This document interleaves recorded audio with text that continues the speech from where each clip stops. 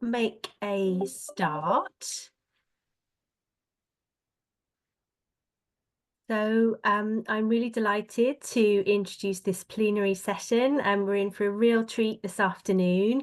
We've got Professor Kathleen Lynch here with us. Kathleen is Emeritus Professor of Equality Studies at UCD, University College Dublin. She's going to be here co-presenting with Dr. Bernie Grummel. Bernie is Associate Professor at Maynooth University. Together, Kathleen and Bernie, as you all know, have a rich wealth of experience teaching, researching and theorising about a number of themes and areas close to my heart: care, carelessness, equality, inclusion, and of course, all of these relevant to education. So we're going to be in for a really, really interesting hour. What's going to happen in a moment is when you're ready, Kathleen, please share your slides. Then we're going to listen to Bernie and Kathleen talk for about 40 minutes. The title of this session is Institutional and Epistemic Forms of Resistance, Lessons from History.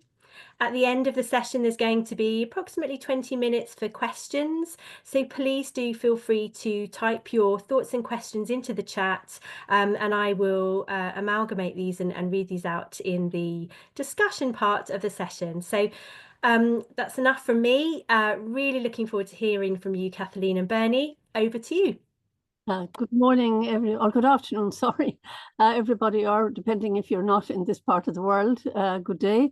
I'm delighted here to be able to present with Bernie, my friend and colleague from Maynooth University.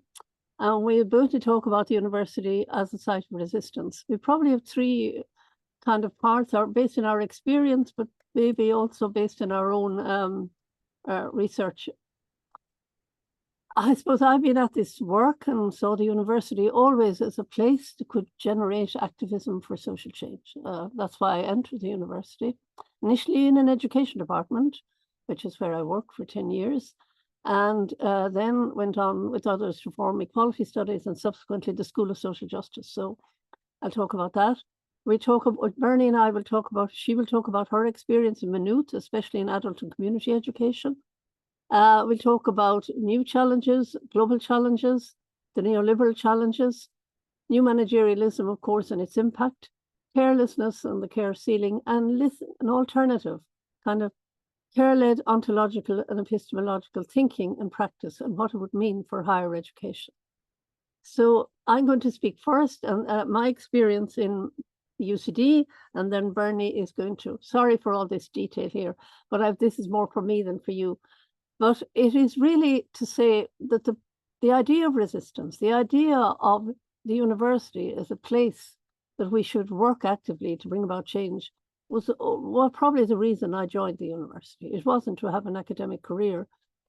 And it was wonderful working in the School of Education originally, but I found that I was very restricted to professional training, emphasis on producing teachers and professionals.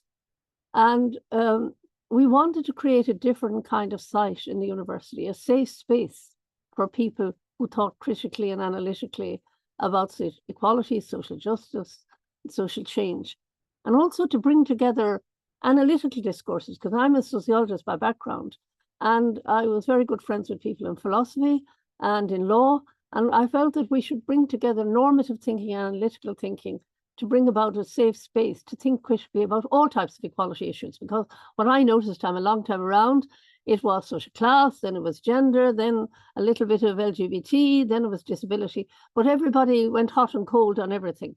The whole idea of equality studies is there was no hierarchy in terms of injustice, and that we should address all of those. We were inspired, very importantly, by Freire, and I think Bernie will be talking about that as well. He came to Ireland when I was young. I felt his idea of knowledge as transformative action, I suppose by critical theory as well. This idea in just knowledge as praxis, not just knowledge as a cerebral activity divorced from action. And Antonio Gramsci, I suppose I'm very influenced by his thinking, as so were others in UCD. And this idea that thinking and the world of ideas mattered. It wasn't, for those who were a left-wing or Marxist orientation. It was not just a matter of going on the streets and fighting politically and economically and being in trade unions. It was also about creating safe spaces intellectually. So we did start. It was a huge battle, I have to tell you. It took us 11 meetings of academic council and the various faculties to get approval. It was really arduous. People mobilized against us. The religious right mobilized against us, right-wing economists mobilized against us. But we were young and idealistic. There's a lot to be said for that. There really is. And we started the Masters in Equality Studies the year Mary Robinson was elected in 1990, 91. And it actually really took off because we had to do things differently. We had to teach at night, for example. We taught at night. We taught students who were mostly part-time. And they came to Equality Studies. One of the criteria for coming was that you were interested in bringing about social change and activism. Lessons, solidarity, I have to say, with like-minded colleagues. We went around the faculties to find people who were similarly interested in law, and even in the business school, there were people who were very committed to it. But many people came from a critical theory background. They weren't in politics, one or two in economics, sociology, of course, social policy, education. So we had this idea of working collectively. And again, that was hugely important. We never wrote a letter in your own name, never did anything just in a single name because somebody can be picked off. We collaborated with like-minded colleagues. And I suppose the other thing, because I'd studied sociology, importance of getting sponsors among the elite, getting sponsors to support you, people who were prestigious in the university, but who believed we should do things differently. So we had a lot of, if you like, political mobilization. And I should say it began with an actual class action of a type in the university about the common room, because our common room, as in most common rooms, was closed to manual workers and people who were technicians. It was only academics. And then they allowed in white collar, basically upper middle class women who did most of the administration. But we had a battle that preceded the academic battle, and it involved 100 academics voting actually to open the common room to all staff, regardless of their status. And that preceded the academic activism. And I think that's very important because academic activism doesn't occur on its own. Now, other of us were involved in other mobilizations and political parties outside the university. But we were determined, despite opposition, that we would persist. And I think the word persistence is very important. Our motto was no pasaran, and we stuck with that motto. We would try again the following year when we lost. It's hard, but eventually we got approval. And there was consolidation. We'd worked a lot with outside community groups, working with graduate outreach programs. And the whole idea behind it intellectually is we would not speak for people. We would not claim to know the worlds of people with disabilities or working class communities or travelers and speak in their name. We would educate travelers. We would educate people who were in working class communities to come into the university, eventually come on and do the master's program if they want to, and therefore be leaders in their own community. And that did, I'd have to say, it did work. It was very slow. And unfortunately, the trade unions were the slowest to get them to move. You would think they would see the light of it while their staff were doing BAs in business and finance, So there was a lot of mobilization, and with civil society, all of us had connections. So we developed, of course, the outreach programs, bringing people in, and they became great major political allies for us in the media, challenging the university if the university challenged us, writing to the newspapers, getting journalists involved. So it's a small country, but it's not always a small country when it tries to bring about change. So it was good and it was tough, but we also started applying for research in our own name. And of course, that gives you credibility. So, but I felt we learned a lot of practical things. You had to work with the bureaucracy. You can't pretend it's not there. You have to know the rules of the game. And I also suppose Habermas did something very important about the cracks between the rocks. And I'm from the west of Ireland and near the Burn. And there are huge cracks in the rocks in the karst region, and the flowers grow between the cracks. And in times of transition, there are usually cracks in the system. Now, that's a time of danger, as we subsequently find out, but it's also a time of opportunity. And when opportunities opened up for new initiatives, we were always there putting forward new ideas. And of course, it wasn't just us. There were people across other departments who supported us. So that continued on. I think we our numbers grew. We had a master's program that was very successful. We taught part-time and full-time between like 4:30 in the evening and 9:30 at night. And of course, we had to apply for funding, the same as everybody else. But we maintained our links with our graduates and with community groups. But there were costs, and I suppose I don't want to romanticize it. I think the influence of neoliberalism really took hold in the 2000s or later, mid-2000s, when we actually, ironically, had established a School of Social Justice. We worked very closely with women's studies in particular, development studies a little bit, disability studies were quite, unfortunately, not the people, because there weren't people with disabilities, there were established academics who ran disability studies at the time, and they were not keen they regarded us as too left-wing, too feminist, too everything. They called the equality studies the Red Queen degree. I never knew whether Queen referred to the queer sense or whatever, but I think at the time it referred to women. And we did, though, had a very significant cooperation with the law faculty, and has resulted and still operates an undergraduate degree, BCL, Law with Social Justice, and a Bachelor of Social Science with Rights, Justice and Society, which is part of that degree. We started Black Studies with some of our Black study graduates, and not, I'd have to say, as successful as we'd like it to be, but it did begin, and it continues on in the university. And travellers, as travellers, not people talking about travellers who are not travellers. Two of them now have got permanent posts, not in UCD, I'd have to say, in Limerick and in Limerick and in, not Galway, where's the other, in Limerick, Tipperary actually, which is part of Limerick University as well. So that whole idea of getting people to speak for themselves, own their own voice, not speaking for people, and building capacity among activists, and including in the trade union movement and other areas. So one thing that happened, of course, there was opposition to this among our own staff. They thought we were doing too much work. They thought it was too demanding. The pressures of neoliberalism took hold. And as they amalgamated with social policy and social justice, there are different views, and that mine was that it was a disaster, because social policy and social work had wonderful people there, but the whole ethos was completely different. It was much more professionally oriented, and activism was not the major project of those departments. They were educating professionals. So I think one thing I learned is, and mistakes I'd say I made in particular, was I thought when we had the School of Social Justice, we had like 10 permanent posts, which is a lot of staff from having nothing, and that we had arrived, but we hadn't arrived. And it survives, the centre survives, the School of Social Justice is there at least, the programs continue. But the restructuring of the university with a very conservative president, and who came from Australia actually, for a while, was very significant. And that's where transitions are dangerous, as well as, because we had to be very radical, and I'll come later on to speak about not ranking or people and their degrees. Our Masters in Equality Studies had no rank. You either got your degree, we got it approved as an honours degree in the university, or you didn't get your degree. And mostly people did eventually. I believe always that people, if they work long and hard enough at something they wanted, they'll get it.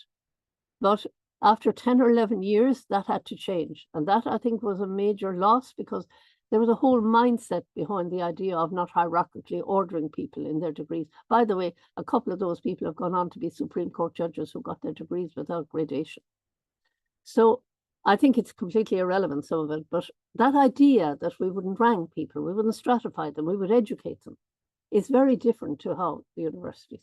And people, we had to pay for ourselves. Our department was self-funding, really. We had to bring in enough student numbers, which was very stressful for people who were staff. And I think that probably made it simpler in amalgamation with the big department. You were less visible, as somebody said to me. So I think how there are internal contradictions in resistance. Certainly, how can you institutionalize resistance without destroying it, especially in market-oriented higher education? And in a way, there is an irony in success, because when people, it brings status, it brings money. We were very successful at getting research funding, And we had published several books and all the rest of it in papers. But you had the difference between those of us who had fought to establish it, who were committed to it regardless of what happened in our careers. And there was a price to be paid. I was not promoted for a very long time as a result of initiating equality studies. There's no question about that. I would have not delude people into thinking that everybody loves you when you resist the status quo. That's not true. But at the same time, I do believe that people respect you when you do what you believe in. So I think that was true of my colleagues as well. It was tough at the time, but then the people who come in for whom it was just an academic career. And I think that is where things changed. We also face the problem always, and I think anybody like an adult community education, I'm sure Bernie will talk about it, you have of disciplinary recognition, who are you a real discipline? And that with neoliberalism, the talk of interdisciplinarity is there, but the reality of getting funding and everything, you'll find you're being assessed by somebody in psychology or sociology or anthropology or education. You're not being assessed in an interdisciplinary way. So I'm just saying there is a really real threat for people now in a time of high unemployment, sometimes in academia, where it's hard to get posts. And I think that has created its own crisis, and that's not the fault of the individuals, it's the reality of survival. So I think you need to create safe spaces for resistance. I still think it's very important, and if we don't fight for it, and there is, I would say, a price to be paid, but if you believe in it, it probably works. But also working, as we did, with the likes of people in Maynooth and other universities who are of like mind, which was very important. So I'll hand you over to Bernie now. Thank you. Thanks, Kathleen. And as we were developing this, what I kind of did realize in the kind of conversations that Kathleen and I had as we were developing this was the kind of similarities between some of kind of what happened within the Department of Adult and Community Education and Equality Studies are quite striking. I mean, adult education in Maynooth has a different history, but a lot of the same processes. So I'll just very quickly give you a sense of that and then maybe move on to kind of what are some of the issues, I think, for us today and working through those. Again, I think what you can see is, the kind of a longer history in terms of adult ed in Maynooth was established over 50 years ago, but similar origins, very much based in communities, very strong Freirean influence, particularly in our case, from returning missionaries with a very strong social justice focus, who are really concerned with building bridges between the university and local community groups, and to do so in a very particular way that was driven about working with communities in that case. And we've got a huge outreach program that still runs today across the country. That took a lot of energy, and that was a lot of kind of self-funding work and staff kind of doing that to develop that. But by the 1980s, 1990s, similar to equality studies, a lot of that work became mainstreamed. I mean, some of the work that colleagues here would have done became the kind of beginnings of what were access initiatives. So what in the university became our access office, some of our outreach campuses, our equality, diversity, inclusion work, the disability work, all of that would have originated from different initiatives that we've been involved in. So that kind of began to kind of consolidate the work that we had been doing within the university itself.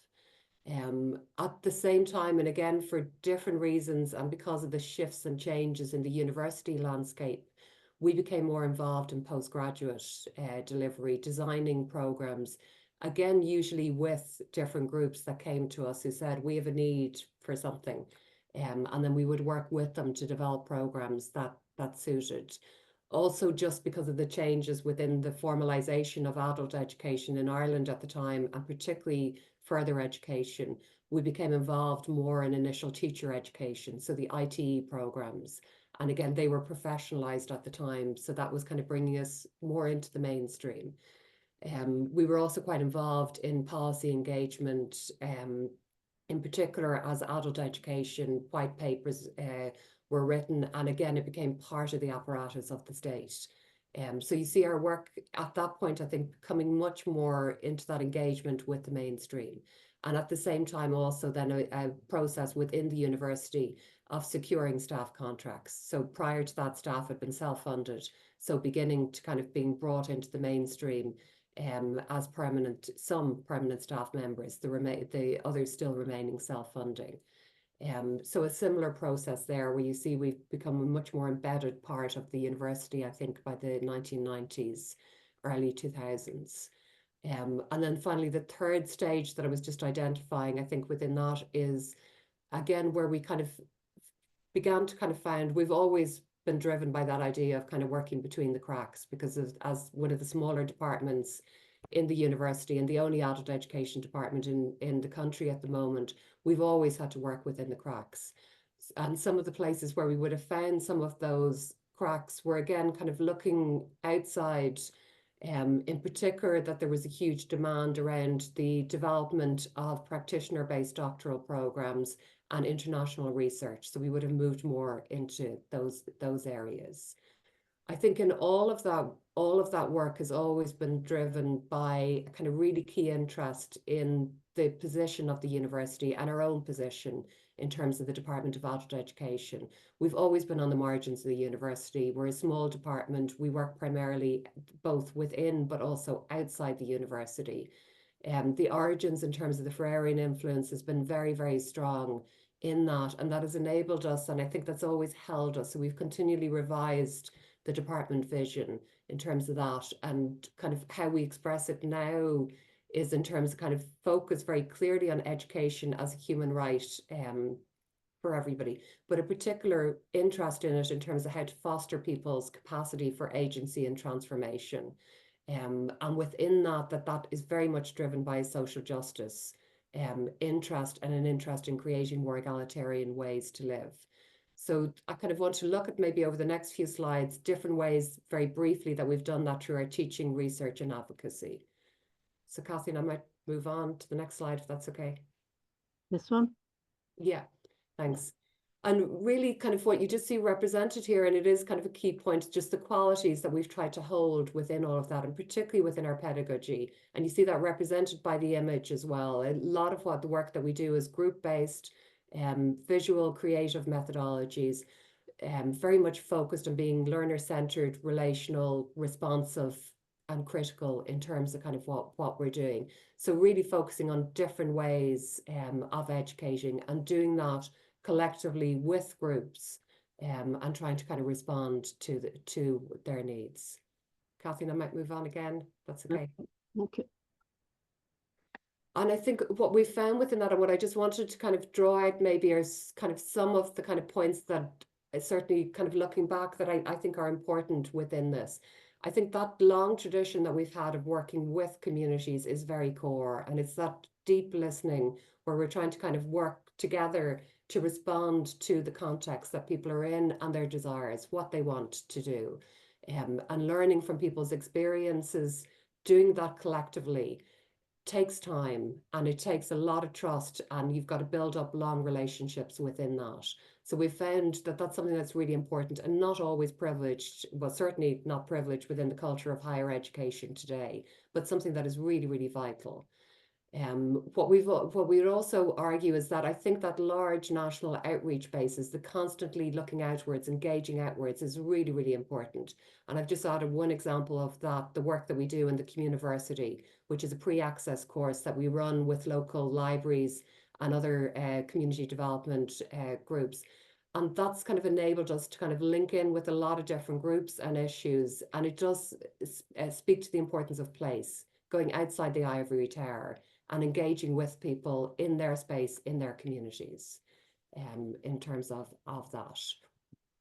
The other piece I think that's really important, and Kathleen's already alluded to, is the focus on advocacy, empowerment and critical education, the focus on praxis, that kind of bridging between and thinking between theory and action, and practice being really, really important to the type of work that we're doing. And again, just two examples with links there in terms of the work that we've been doing with different students in terms of that. Kathleen, I might move on again. Another kind of key strand within that has been the work around research and advocacy, and this is kind of where we would see of kind of working with the system, and in particular trying to kind of bring about change within that. Again, a lot of groups would have come to us saying, okay, we're having this experience, we want, and in particular with the drive of kind of research evidence-based by government and other agencies, groups coming to us and saying, will you work with us to find ways of researching together so that it can capture what we're doing and it can express what we want to express, in particular in terms of relational based and learner centered education strategies.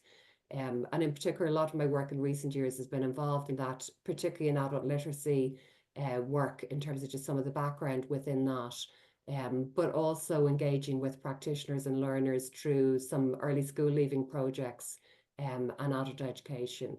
And in those, we've tried to kind of develop multiple strands out of those in terms of both professional development, different initiatives, but also engaging with government. So it's very much the role of the university as a mediator and trying to kind of bridge some of those. Okay. Kathleen, I might move on again to the next one. But I think in that we've learned a lot, and in particular, I think that's kind of where, certainly from my own experiences, I think that's where the kind of changing culture, and in particular the kind of growth of neoliberalism, has radically changed things. And, you know, I'm reminded of kind of Stephen Ball's statement of policies create circumstances in which the range of options available in deciding what to do are narrowed or changed, or particular goals and outcomes are set. And I think increasingly we find that what we are doing, what we do with communities, the wider context around that has radically changed, and particularly circumstances for them have changed. But what remains is that type of kind of policy and research engagement is hugely complex, and it does involve a lot of negotiation and coalition building and collaboration in terms of that. Kind of conscious that academics have a limited role within that. I think it is a critical role, or it is a vital role, sorry, and it does provide in providing a critical voice. We can say and do things sometimes without repercussions that others can't. We can provide an evidence base. We have the power to be invited to certain tables with a voice, but I think often not a huge level of decision-making powers in that. We can give voice with and on behalf of communities and learners who are often excluded and not recognised because of our status as a university. So in that sense, we can challenge doxes, and we can begin to build bridges in terms of kind of praxis and particularly more democratic knowledge creation in that. But again, that's relatively limited in terms of its impact because of the changes that are happening. Kathleen, again, I might just move on if that's okay. And I think kind of one of the key changes, and Kathleen's already noted this and is going to talk a little bit more about this as well, but I think what's really impacted on us in adult ed and higher ed across the board is the context of the post-recession cuts that happened, in particular in Ireland, all throughout kind of, you know, basically from kind of 2008 onwards. But in particular, the community and adult education sector was decimated. Funding to local groups was cut hugely. Higher education was reformed, and there's been far more focus and rise on new managerialism and performativity within the state. So within education and the community sector, what you see is this huge rise in data collection, metrics and indicators. And there's far more competition within education and between different education sectors. And you see that in terms of the strategic performance agreements, the annual targets for higher and adult education. You also see kind of changing governmentality as well, where particularly in the Higher Education Authority bill, you see that there are new powers and new ways of working in terms of governance of higher education, which has had a huge impact on us. And certainly in kind of the past year in my own university, increasingly we're seeing that in terms of changes, in terms of increasingly committees are, members of committees are selected, not elected. Items are for note, not discussion. And that's something that is having an enormous impact. And I think you do find that in terms of kind of growing resistance and upset from staff and students. But the extent to which we can resist that, I think, is open to discussion. And I'll just hand back to Kathleen just to begin to discuss some of the points from these. Thank you very much, Bernie. I suppose I'm just going to comment quickly on the kind of challenges, but also maybe some possibilities, because I'm very conscious of the fact we must maintain 20 minutes for questions. I think we are in this context, you know, but I don't want to have us defined by it. You know, this idea of the market view of the citizen, that the citizen's relationship with the state is mediated by the market. every government department here now has a customer.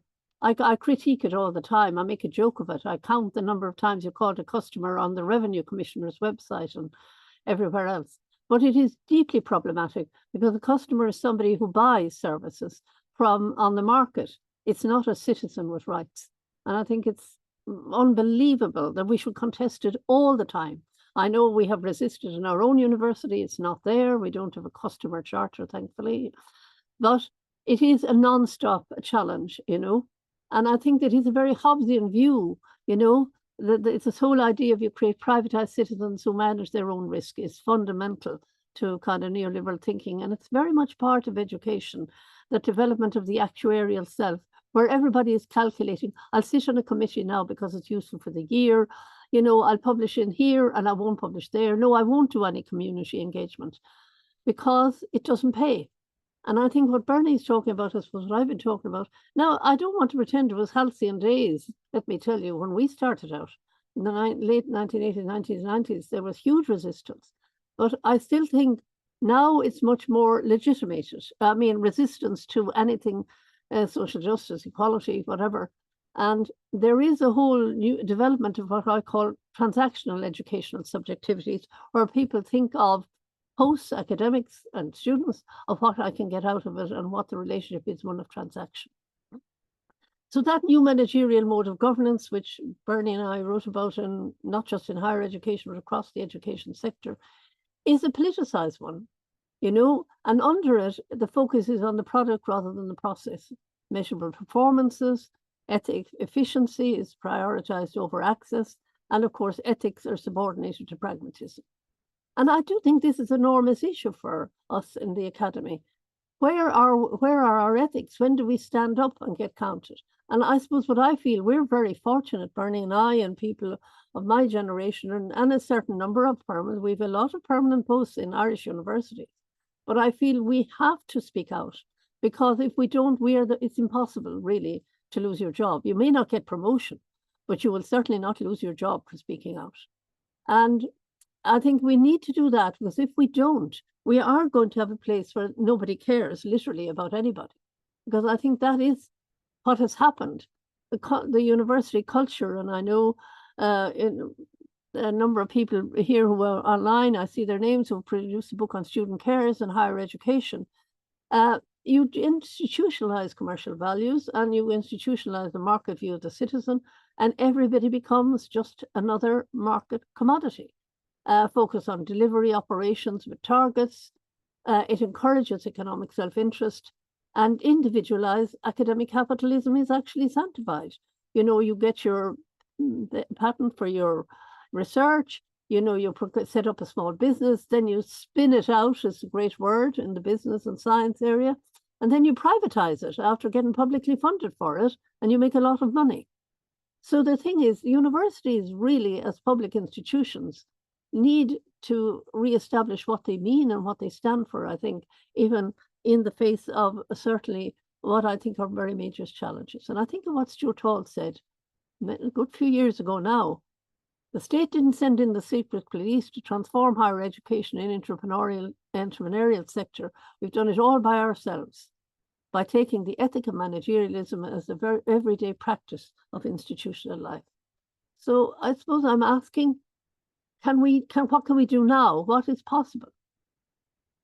Well, I think we need to democratize, like Bernie's talk about, certainly in education. There are many opportunities if we step outside the hallowed halls of academia and get to know people who are excluded and who are without credentials and who are alienated and who do vote often for the very far right, as many people have documented, and see what role the university has to play in their lives. And we need to develop dialogical relationships, the way that Freire spoke about in teaching and in research, so that we're not colonizers of other people's misery. Because I think a lot of academia is a new form of cultural colonization. And that's why, for example, travelers here won't talk to academics anymore. They say all they do is write about them and leave them exactly where they are. So there is the question of the ethics of the university itself. And I call it there at the beginning, a time for epistemic disobedience. And that means establishing links and discovering ourselves through having dialogues of people who are not part of the power establishment. Because I think the universities have questions to answer. If we exponentially increase our PhD programs and we know there are no jobs for people in academia, is that right? It's a question. It's an ethical question. Unless people have, that makes people very cynical about what we do and why we do it.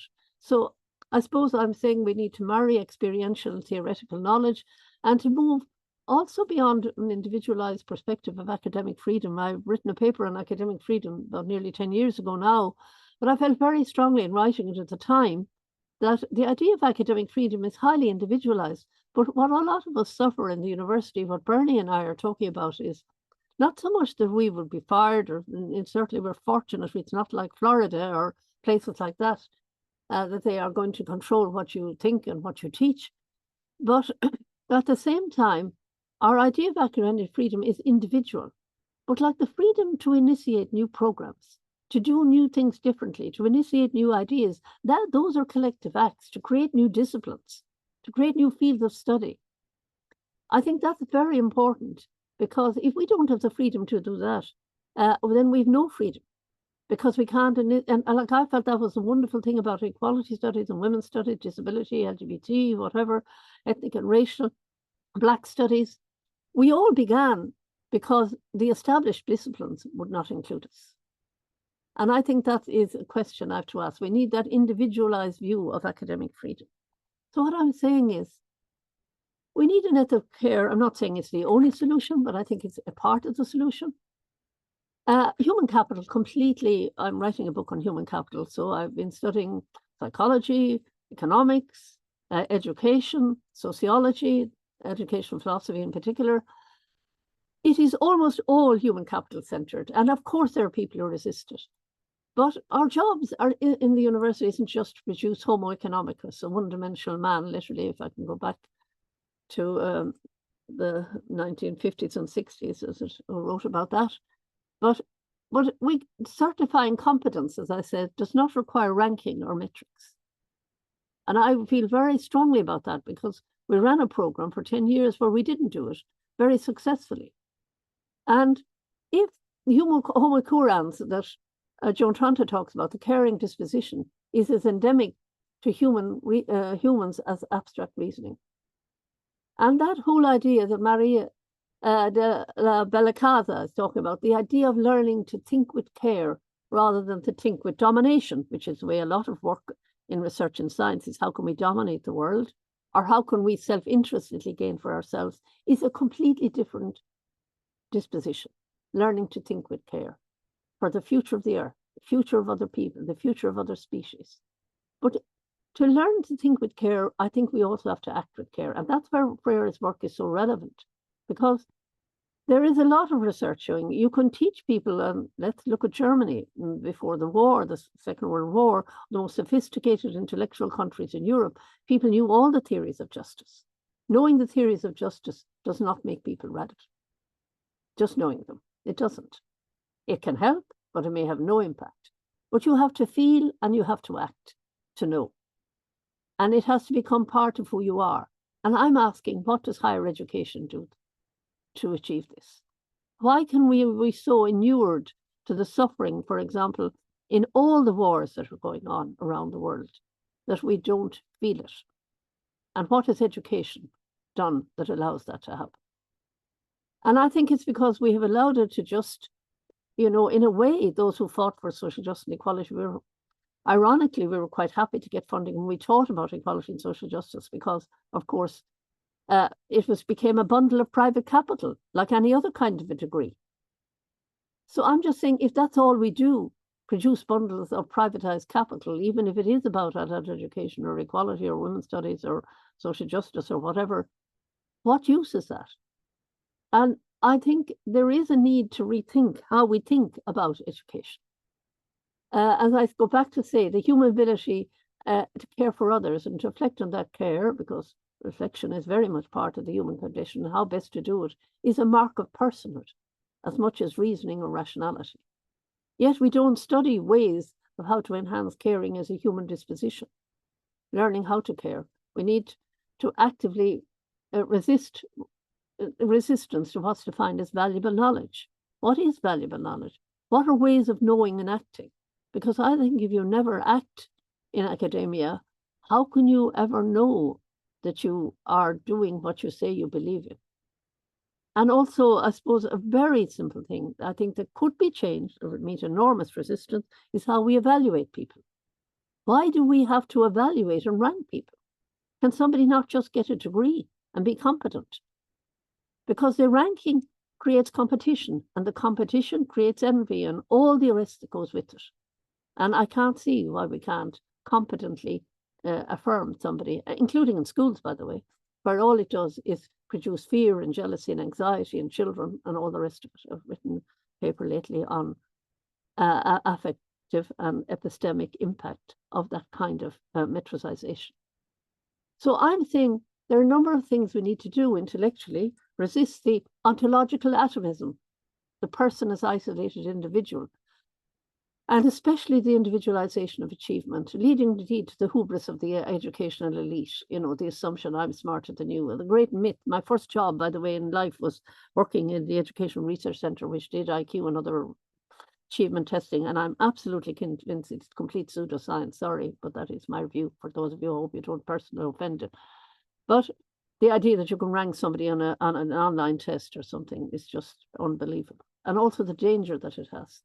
And also we need to understand, and there are implications of rationality for learning and knowing, learning to see ourselves as person in relation, not what we do, you know, if you produce science that harms the world, like in the atom bomb, that is not, you are not seeing the world as a person in relation. You're seeing it for who funds you, or you're seeing it for what status brings you, but you're not seeing it for the harm that it does and the suffering that it caused.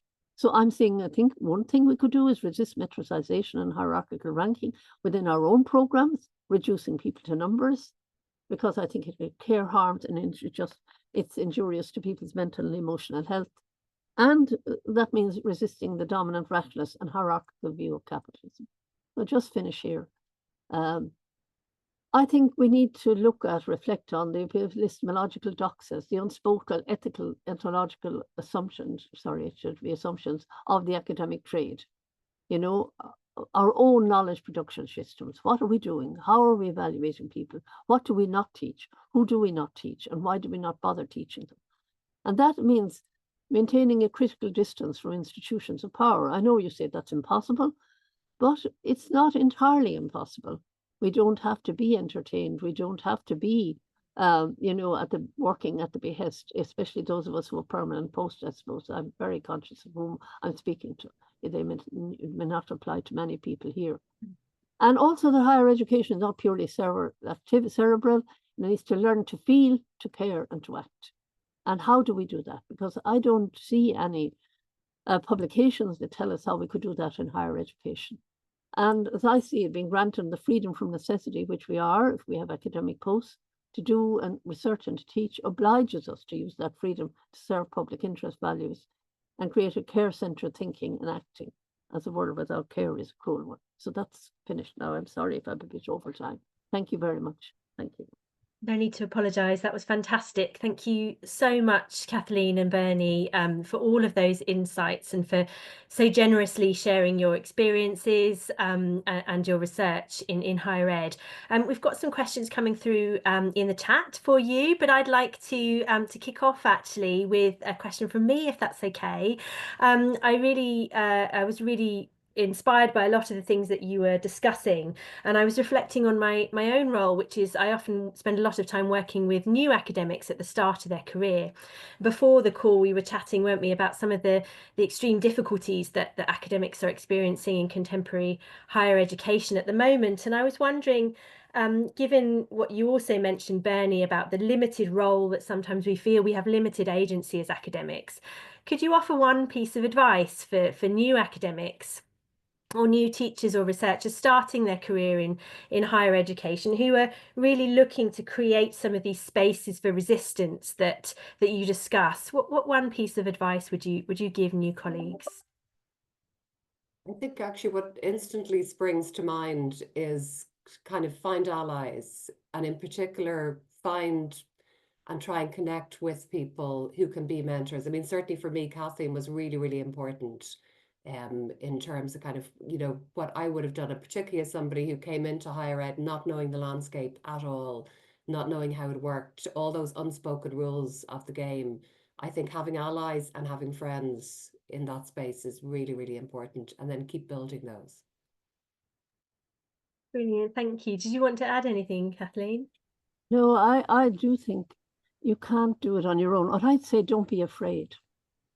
I think that's very important. Don't be afraid. And in your early stages, do find allies. Yes, as somebody, maybe I was much more senior, obviously, when I knew Bernie, but there are also other colleagues, you know, find them out, maybe through your networks. I mean, I found it out through something like through the trade union, people in other faculties I didn't know at all, you know. And I think that was hugely significant, because then you realize, no, I'm not a nutcase. Lots of people think like me. And, you know, then we formed our little working groups, and then we got together, and then we tea and we coffee, and, you know, nothing but it build and be ready to wait. It doesn't happen overnight. That's what I would say. It doesn't happen overnight. You have to build solidarity, trust, collegiality, and you will get there. That's what I say. And don't be afraid. Brilliant. Thanks so much to both of you for that. So now let's turn to the chat, and our first question is from Tony. Thanks, Tony. And he is asking, how do we respond to the economies of ignorance and the rise of the far right? Who would like to respond? That is an enormous challenge. But let me just say why I think the far right is there. You know, I think, let me go back. I don't know if you, Tony, if you've read Sandel's book on the tyranny, I think, whatever he calls it. There are a lot of books written on meritocracy. But I think what he says on meritocracy is so true. Education fails people. I feel very strongly about that. It fails children in primary schools. They're put down in the low reading group. It fails. Thank you very much for putting in the tyranny of merit. Somebody put it in the chat there. It fails children, and it evaluates them all the time, and it shames them. Small children know, like we don't have that kind of 11 plus system, but they still have it in Northern Ireland. I'm very familiar with Northern Ireland, a type of it. The children at 10 years of age are so stressed because of their performance. It's pathetic.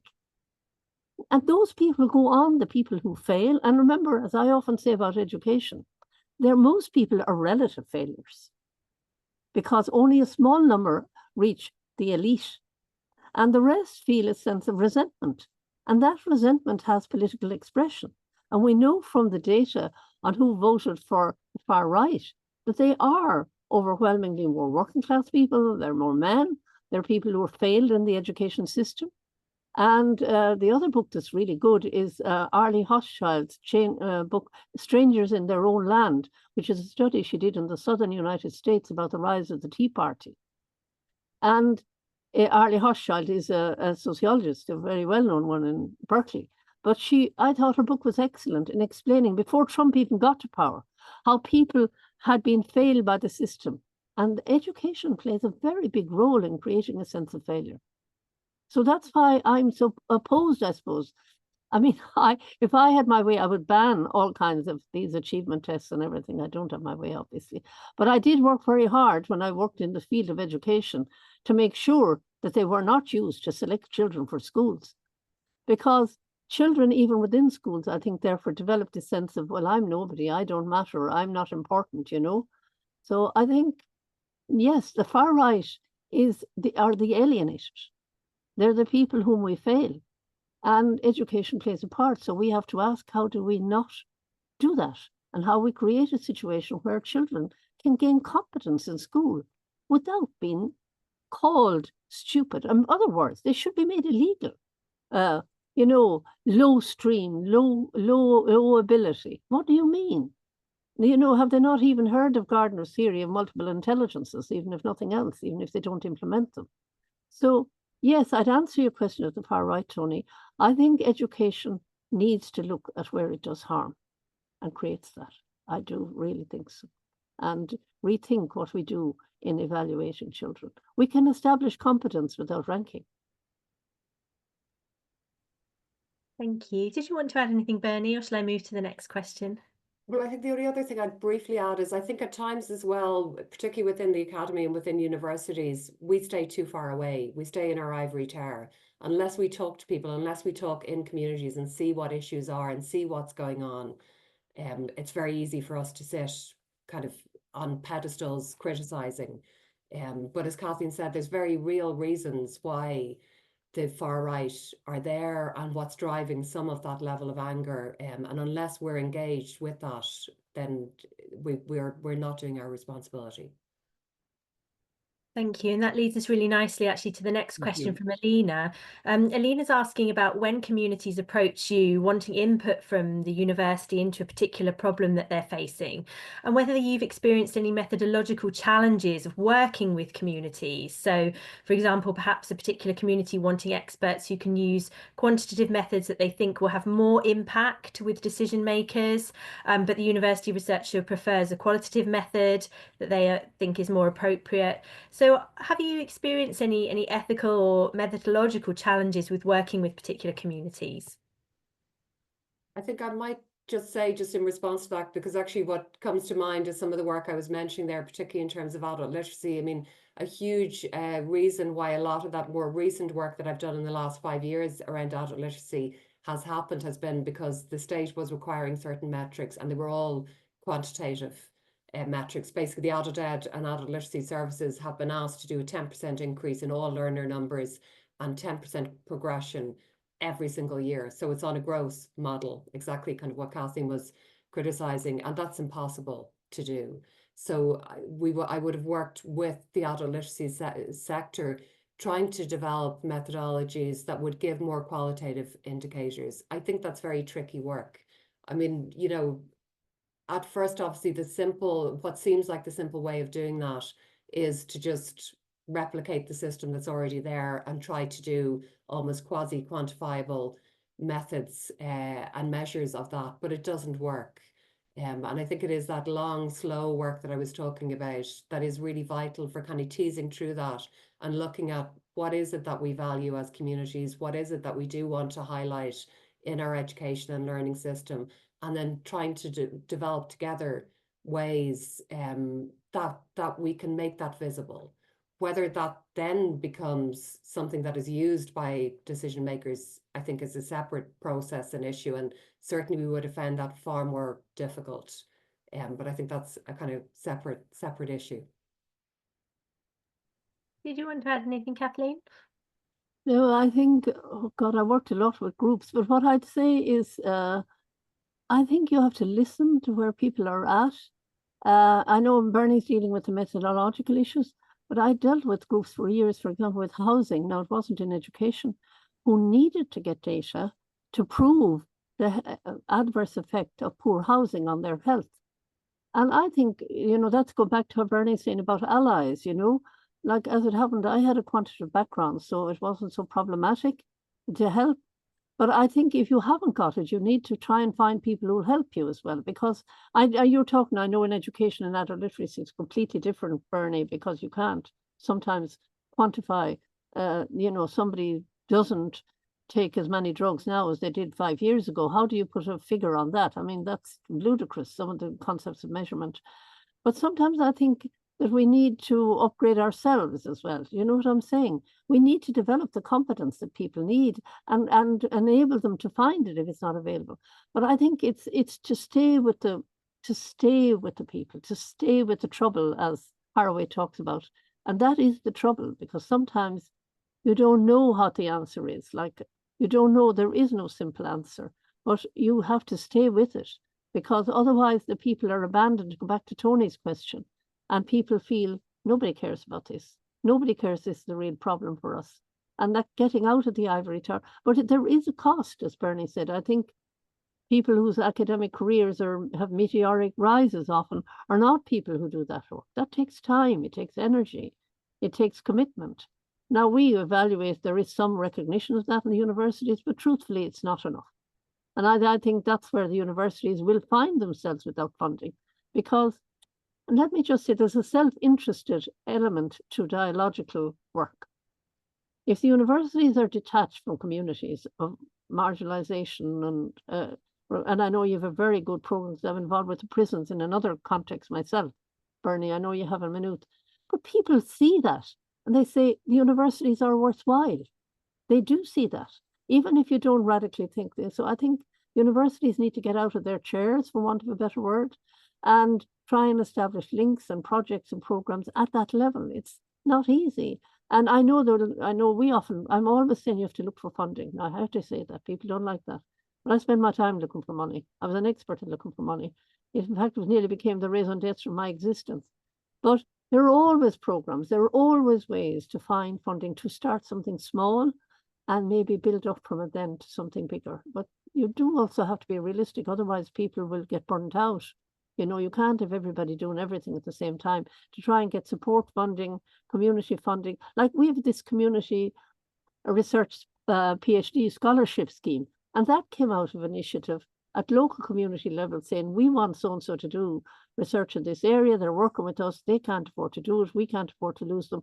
So the Irish Research Council now co-funds them. Maybe you have it in the UK as well. But it's hugely significant for a lot of groups because it brings them expertise. It brings them, like the whole anti-trafficking movement here has been one of those first people, Nusha Yakakova, who is one of the foremost people now in Europe in that area, did her PhD in UCD, one of those joint programs with, I don't know, was it Women's Aid, one of the bodies, and has produced fantastic research, actually bring about change in relation to how we monitor trafficking. So I'm just saying it was very slow. It's not overnight, but it worked. Thank you. I think we've got time maybe for one quick question. And the questions are very, very expansive. Vuka in the chat, you're asking policy silos and related funding portfolios are significant challenges. Who should coordinate and how? Do either of you want to comment on that? Sorry, I'm not clear. Or coordinate getting funding. Well, could you want to expand a little bit on that? Well, I just don't know, I just think you have to be realistic. You can't expect everybody who is doing teaching all day to be also, and I think heads of departments, people who are in senior positions. I always felt it was my responsibility when I was in a senior position to do that. I did not think it was the job of younger people. If they drafted something, you were the person who knew. You could find, certainly in our case, and you were in the EU until very lately, there was a lot of EU funding if you knew where to get it. But it is very time consuming. And therefore, I do think it should be like senior people and heads of department who should be the people who are doing the bulk of that kind of work, because young academics, first of all, they don't have the same knowledge or the same experience. And most universities have offices that would support you. But I think at a departmental level, I would hope there would be that kind of person. Thank you. Well, I'm conscious of time, so apologies we didn't get through quite all of the questions, but thank you for all of your comments and thoughts in the chat. Huge thank you again to Bernie and Kathleen for sharing all of your ideas and insights with us this afternoon. I'm sure everyone would like to say thank you and wishing everybody else an enjoyable rest of conference. Enjoy the rest of the afternoon. Thank you very much. Thank you very much. Thank you. Bye. Thank you.